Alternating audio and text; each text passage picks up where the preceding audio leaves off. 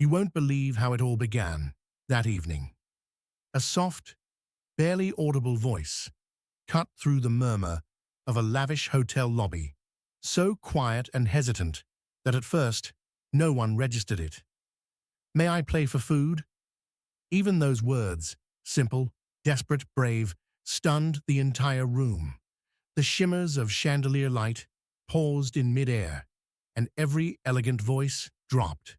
And there she stood, a 12-year-old black girl, small and alone, clutching a battered backpack, dressed too big clothes that whispered hardship.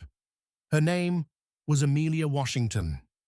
She stood just inside the grand hall of the Continental, more accustomed, it seemed, to the worn seats of shelters than the upholstered chairs and crystal glasses that filled the space tonight. Around her, the city's wealthy elite, in designer dresses and tailored suits, exchanged cocktails and thin-veiled judgments. She stood silent, eyes locked on a Steinway grand piano, gleaming under crystal chandeliers like a beacon. A platinum-blonde guest murmured behind her champagne glass, "How did that kid even get in here? Where is security?" And the irony was sharp. This was a charity gala for underprivileged youth. But beneath the surface, everything felt heavy. Victoria Sterling, the organizer, approached with grace and social assurance. 45, refined, wealthy, morally assured. Her smile was sticky sweet, laced with pity. "Darling," she said, cool and condescending, "this isn't the place for you." Amelia simply said, "I just wanted to play." More words, but gentle. She asked for one song in return for a plate of food. Laughter flickered among the guests, cruel and idle. One man in a navy suit whispered, "She thinks she can play, doesn't even know which key is C." Another tisked, saying, "It's adorable how imaginative they get." They treated her like a child with daydreams, not as another human with a deep, hidden story. But Amelia didn't wilt. Something in her posture, quiet, steady, full of a dignity no one expected, stayed intact. Dr. Robert Chun, a stern, renowned pianist and competition judge, watched from the back. He saw the reverence in her eyes when she looked at the piano, a recognition that spoke of more than fleeting admiration. He, too, had trained advanced students for decades, and he sensed that sort of glow only years of devotion could create. Victoria arched an eyebrow and marched over. Dr. Chun cleared his throat and said, "Maybe we should let her play. After all, this event is to help talented young people." Victoria's laughter was cruelly crystalline. Children like her didn't have music education. "Impossible," she said, folding her arms. Amelia held her ground, even as pity and scorn rippled around her. What the crowd didn't know was that Amelia had spent her first 8 years in a home where music breathed through every room, taught by her grandmother, Betty Washington, a gifted classical pianist who never found a place on stages or in conservatories because of her skin. When her grandmother passed and Amelia entered foster care, she carried that musical lineage deep inside her, even if she didn't fully understand it. A trembling habit, Amelia's slender hands, invisible, chasing melodies, showed her nervousness, but also a deep familiarity. She hadn't just dreamed of playing, she had felt the keys under her fingers for years, in memory, if not in reality. Victoria leaned close. "Fine. One song. We choose it. If you play it well, I'll pay for your dinner. But fail, and you leave and never come back." The crowd edged closer, eager for the humiliation. An elderly woman gasped, "How cruel!" But her voice was swallowed by scandalized applause. Amelia inhaled. Her grandmother's words whispered in her heart, "When they try to belittle you, let the music speak. Music doesn't lie." "I accept," she said, steady and soft. Victoria laughed and turned to a guest, James Morrison, a mediocre pianist from local bars with a venomous gleam. What should she play? "Fur Elise," he grinned. "Everyone's tried it once. If she knows anything, she should handle this." The room tittered at the trap laid bare. A piece simple in legend, but devilishly difficult to execute perfectly without years of technique. Amelia stood and approached the piano, each step measured, quiet with resolve. The hush was tense. No one expected her to know how to adjust the bench, but she did it with stealth confidence, aligning the height clinically. Dr. Chun's heart skipped. That posture, the hands floating poised over imagined keys, it wasn't beginner's ignorance. That level of being grounded, he realized, takes years of guidance. Victoria sniped.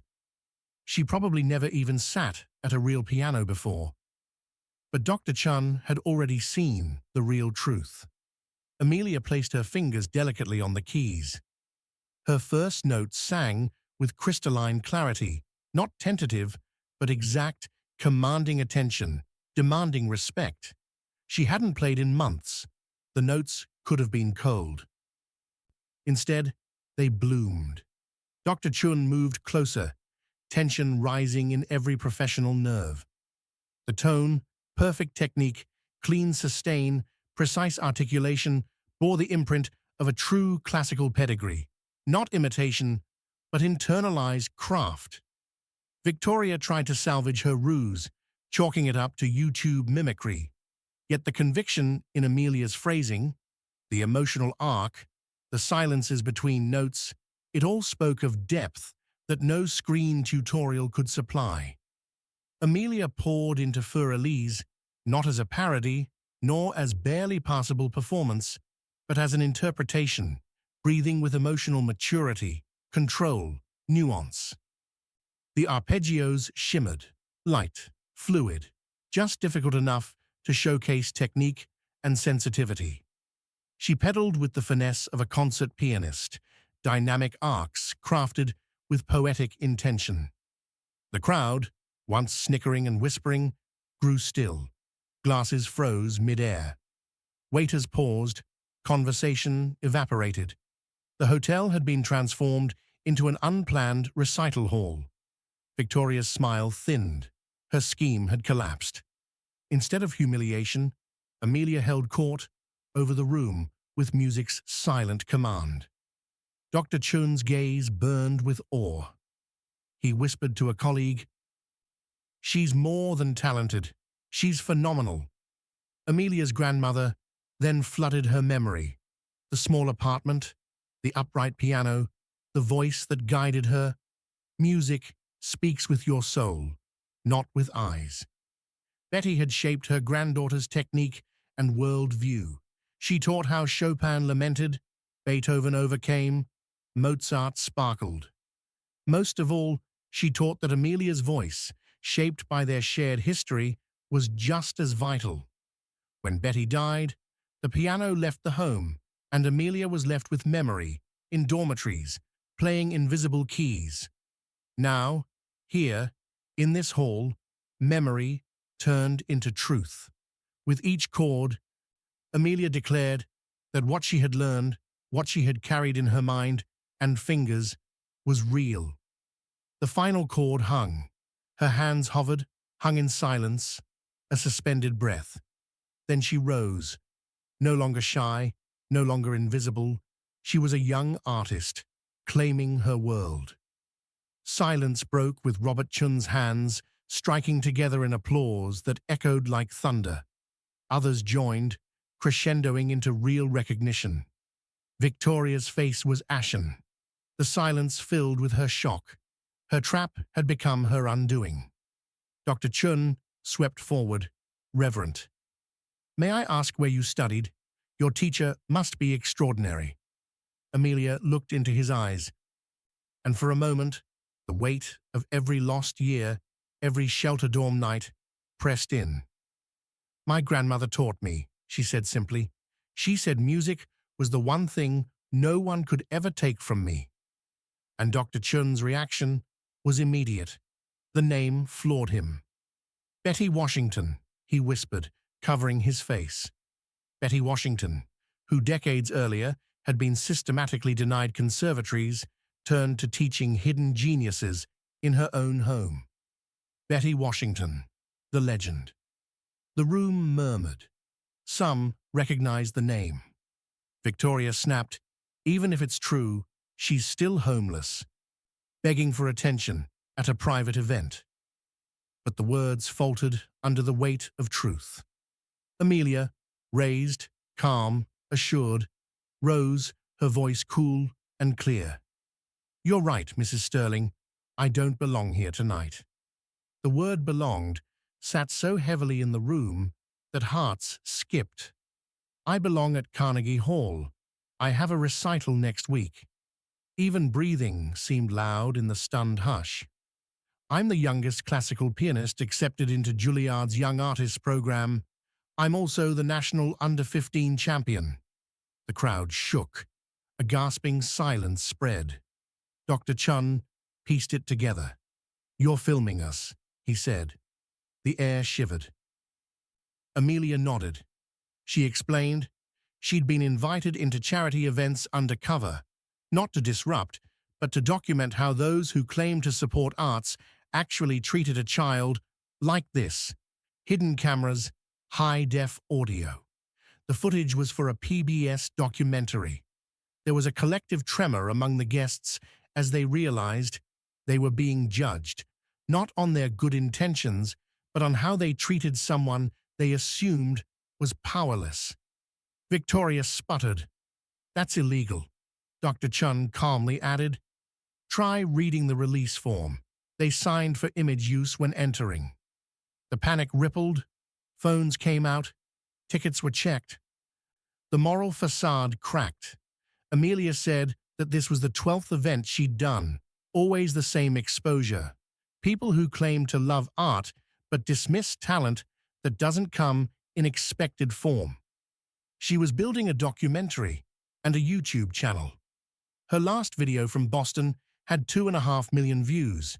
People loved watching hypocrisy unveiled. Eyes widened. Some whispered, some shrank. The room felt smaller. Victoria knew her world was slipping. Amelia turned to her. "Mrs. Sterling, all evening you told me people like me aren't worthy of the piano, of places like this." Her voice was calm, but the weight crushed. "Tomorrow, the world will see who you really are." Her words hung like long shadows.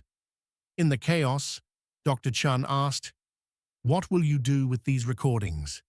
Amelia replied, "The documentary would air nationally next month. Shorter segments would appear on her YouTube channel, reaching millions." The guests' faces fell further. Victoria, stripped of reputation, understood at last. But Amelia didn't gloat.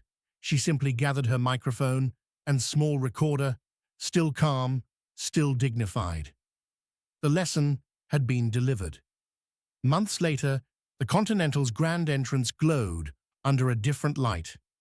Amelia, now in a sleek concert gown, stood before Carnegie Hall, waving to fans before her debut as its youngest soloist of the season. The documentary, Faces of Discrimination, had gone viral, 15 million views on YouTube alone. Headlines read, "Charity Organizer Exposed in Viral Documentary." Victoria's social standing collapsed. Her event company collapsed. She was now an assistant at a small law firm. Dr. Chun became Amelia's mentor, guiding her into the world she had earned. The Continental Hotel, shamed, set up a scholarship for underprivileged musicians, naming Amelia ambassador. In her first national interview, she spoke simply, "Music knows no color, no social class, no zip code. It only knows truth and passion. And when you have both, no barrier can stop you."